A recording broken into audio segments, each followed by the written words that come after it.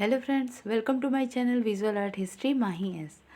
दोस्तों, पिछले साल जो 2018 में डीएसएसबी का एग्ज़ाम हुआ था वो पूरी तरह से ऑनलाइन एग्ज़ाम हुआ था। तो इसका आपको ख़ास ध्यान रखना होगा। आगे जब पेपर देने वाले हैं आप, तो आपको सबसे ज़्यादा ध्यान ये देना है कि आपको ऑनलाइन पेपर देना है। ठीक है। तो ऑनलाइन पेपर में क्या होता है कि एक बार आपने जो जनरल हिंदी का जैसे सेक्शन आया, उसमें 20 क्वेश्चन हैं। आप उस 20 क्वेश्चन को आप जितने टाइम में सॉल्व करेंगे उतने टाइम ही वो आपके पास ओपन रहेगा। और जैसे ही आपने वो सेक्शन सबमिट किया, आप वो रीओपन नहीं कर सकते। तो ये चीज़ आप ध्यान में रखिएगा, क्योंकि लास्ट ईयर ऐसे ही हुआ था बहुत लोगों के साथ कि उन्होंने सोचा कि नेक्स्ट क्वेश्चन रीड करने के लिए इस वाले को सबमिट किया और लास्ट में वो ओपन नहीं कर पाए। तो इस वजह से पूरा आपको ये चीज़ ध्यान में रख के एग्ज़ाम की तैयारी करनी होगी। इसमें मैंने बताया कि 5 ऑप्शंस होते हैं: mathematical, English, Hindi, mental ability, etcetera etcetera, जो मैं आप लोग को नेक्स्ट सिलेबस का एक वीडियो बनाऊंगी, उसमें आप लोग को बताऊंगी। तो अभी मैं जनरल हिंदी का जो क्वेश्चन पेपर सॉल्व कराने जा रही हूँ, ये है ड्राइंग टीचर का, बट जनरल हिंदी का सेक्शन है ये। और ये सारे जो टीजीटी लेवल और पीजीटी लेवल के एग्ज़ाम होते हैं, सब में लगभग सेम आते हैं। तो आपको ये चीज़ ध्यान में रखना है कि जनरल हिंदी भी हमें प्रिपेयर करनी है। हिंदी इजी नहीं होती, क्योंकि इसमें तमाम क्वेश्चंस आते हैं: तद्भव, तत्सम, पर्यायवाची। तो इस तरीके से आप देखेंगे 20 क्वेश्चन में 20 अलग अलग पार्ट के क्वेश्चन इसमें आए हुए हैं। फर्स्ट क्वेश्चन जो आएगा, फर्स्ट 5 क्वेश्चंस, उसमें क्या होगा कि आपको गद्यांश एक दे दिया जाएगा। जैसे यहाँ पे लिखा हुआ है, नीचे दिए गए गद्यांश को पढ़कर पूछे गए प्रश्नों के उत्तर दीजिए। तो क्वेश्चन है, गद्यांश जो है वो क्या है: द्विवेदी जी की हिंदी साहित्य की भूमिका। अर्थात द्विवेदी जी की एक पुस्तक थी हिंदी साहित्य की भूमिका, जो शुक्ल जी के जीवन काल में बनी थी और 1940 में ये पब्लिश हुई थी, निकली थी। उनकी दूसरी प्रसिद्ध पुस्तक थी कबीर, 1942, मतलब 1942 ईस्वी में प्रकाशित हुई। तो आपको 2 पुस्तकें मिल गई, जो कि हिंदी साहित्य की भूमिका शुक्ल जी के जीवन काल में, और उनकी दूसरी पुस्तक थी कबीर। तो ये चीज़ दोनों आप लोग ध्यान में रखें। दोनों में शुक्ल जी की मान्यताओं का तीव्र खंडन था। उसमें क्या था कि शुक्ल जी ने जो पहले लिखा था, जो मान्यताएं दी थी, उसका दोनों पुस्तकों में द्विवेदी जी ने तीव्र खंडन किया था। शुक्ल जी ने भक्ति के उद्भव को भारत पर इस्लाम की विजय से जोड़ा था। शुक्ल जी ने क्या माना था कि भक्ति का जो उद्भव था, हिंदू भक्ति का, वो इस्लाम का जब विजय हुआ तब हिंदू जागृत हुए और पूजा पाठ करने लगे। उनके अनुसार हिंदू जाति निराशा के कारण भगवान की भक्ति करने लगी। द्विवेदी जी ने भक्ति का सामाजिक ऐतिहासिक आधार प्रस्तुत करते हुए घोषणा की कि यदि इस्लाम न आया होता तो भी हिंदी साहित्य का अधिकांश वैसा ही रहता। तो इसमें दोनों जो लेखक थे, उनके दोनों को विचार में मतभेद था, और शुक्ल जी की विचारों को द्विवेदी जी ने खंडन करते हुए अपनी पुस्तक को लिखा है। तो ये चीज़ आपने गद्यांश को पहले समझ लेना है। फिर हिंदी साहित्य की भूमिका के लेखक, अब आपको साफ साफ क्लियर हो चुका है कि शुक्ल जी के ऊपर ने द्विवेदी जी ने लिखा हुआ है। तो हिंदी साहित्य की भूमिका जो थी वो हजारी प्रसाद द्विवेदी की थी। यहाँ पे द्विवेदी लिखा है, यहाँ पे पूरा नाम लिखा है। तो ये रहा क्वेश्चन नंबर फर्स्ट का आंसर, हजारी प्रसाद द्विवेदी। फिर दूसरा जो कॉम्प्रिहेंसिव दिया है, सेम वही है, उसके क्वेश्चन है। इसमें 5 क्वेश्चन दे देगा एक गद्यांश से। शुक्ल जी ने भक्ति के उद्भव को किससे जोड़ा था? तो भारत पर इस्लाम की विजय से। आपको ना समझ में आया तो एक बार आप फिर से इस गद्यांश को पढ़ लेंगे। फिर नेक्स्ट क्वेश्चन है थर्ड: द्विवेदी जी की उल्लिखित पुस्तकों में से किसका तीव्र खंडन था? तो फर्स्ट लाइन में हमने पढ़ा था कि द्विवेदी जी की हिंदी साहित्य की भूमिका शुक्ल जी के जीवन काल में ही 1940 में निकली थी। तो यहाँ पे क्वेश्चन जब आ रहा है द्विवेदी जी की उल्लिखित पुस्तकों में किसका तीव्र खंडन था, तो रामचंद्र शुक्ल की पुस्तकों का, क्योंकि दोनों पुस्तक रामचंद्र शुक्ल की थी, उस पर खंडन करते हुए इन्होंने 2 पुस्तकें लिखी हुई हैं। नेक्स्ट क्वेश्चन होता है फोर्थ में क्या है: यदि इस्लाम न आया होता तो भी हिंदी साहित्य का अधिकांश वैसा ही रहता। यह घोषणा हजारी प्रसाद द्विवेदी ने, उनकी शुक्ल जी की इस बात का खंडन करते हुए कि उन्होंने कहा कि इस्लाम के आने पे शुक्ल जी ने भक्ति के उद्भव को भारत पर इस्लाम की विजय से जोड़ा था, लेकिन उनके अनुसार हिंदू जाति निराशा के कारण भगवान की भक्ति करने लगी थी। ये शुक्ल जी ने कहा था।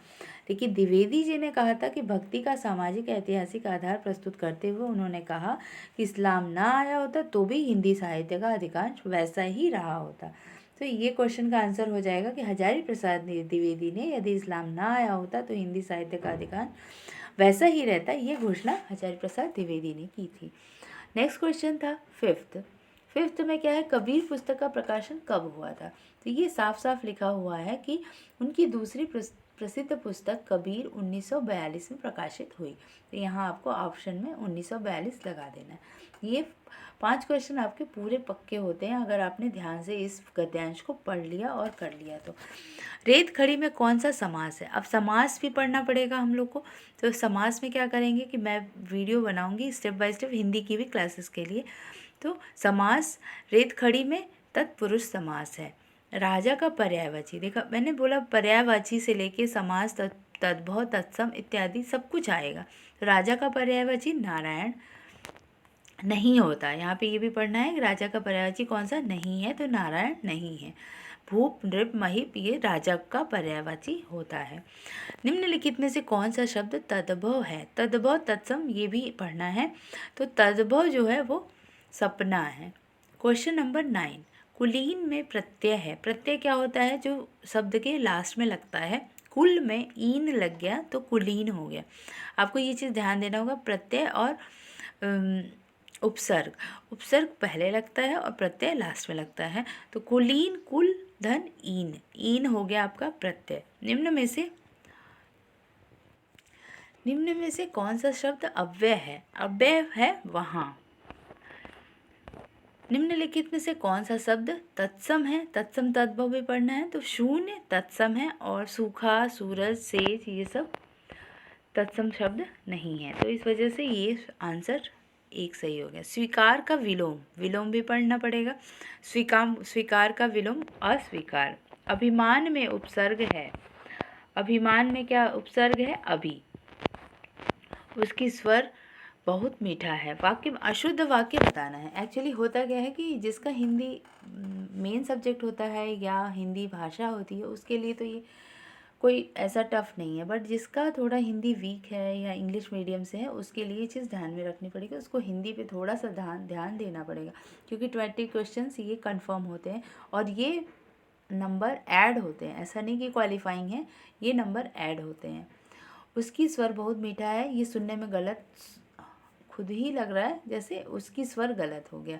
उसका स्वर मीठा है, वाक्य शुद्ध होता। निश्चल का संधि विच्छेद होगा, निहि धन चल। निम्न में से कौन सा शब्द स्त्रीलिंग है। नेक्स्ट क्वेश्चन 16, आदत शब्द स्त्रीलिंग में आता है। इस तरह के भी क्वेश्चन आते हैं कि स्त्रीलिंग और पुल्लिंग शब्द बताना होता है। क्वेश्चन नंबर 17, निम्नलिखित में से व्यक्तिवाचक संज्ञा कौन सी है।